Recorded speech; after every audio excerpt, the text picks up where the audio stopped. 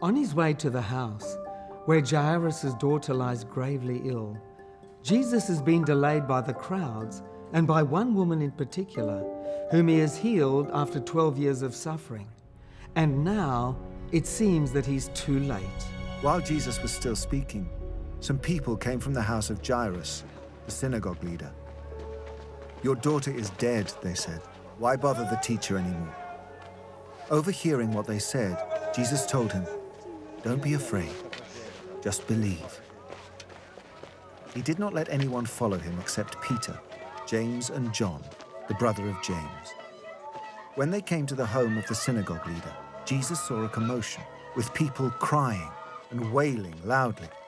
He went in and said to them, "Why all this commotion and wailing? The child is not dead, but asleep." But they laughed at him. When we get bad news, the solution is simple. Don't be afraid, just believe. But of course, that's usually much harder to do than to say. This story shows us why we have good reasons to not be afraid and just believe.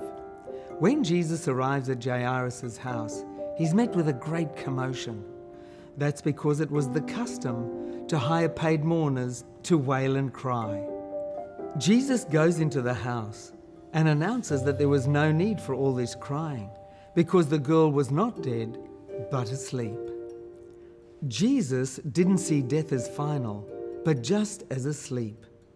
But the people there didn't understand that, and the paid mourners, like the actors that they were, just laughed at him.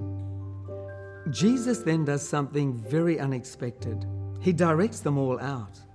And the Greek word used here implies that he did it quickly and forcefully.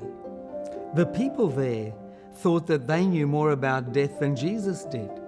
And when Jesus confronted them with the truth, they laughed at him. They didn't understand that when Jesus is in the house, everything changes. Jesus had told Jairus that there's no need to fear when he is in the house. Jairus believed. A miracle is about to happen. The question is Jesus in your house? And do you believe?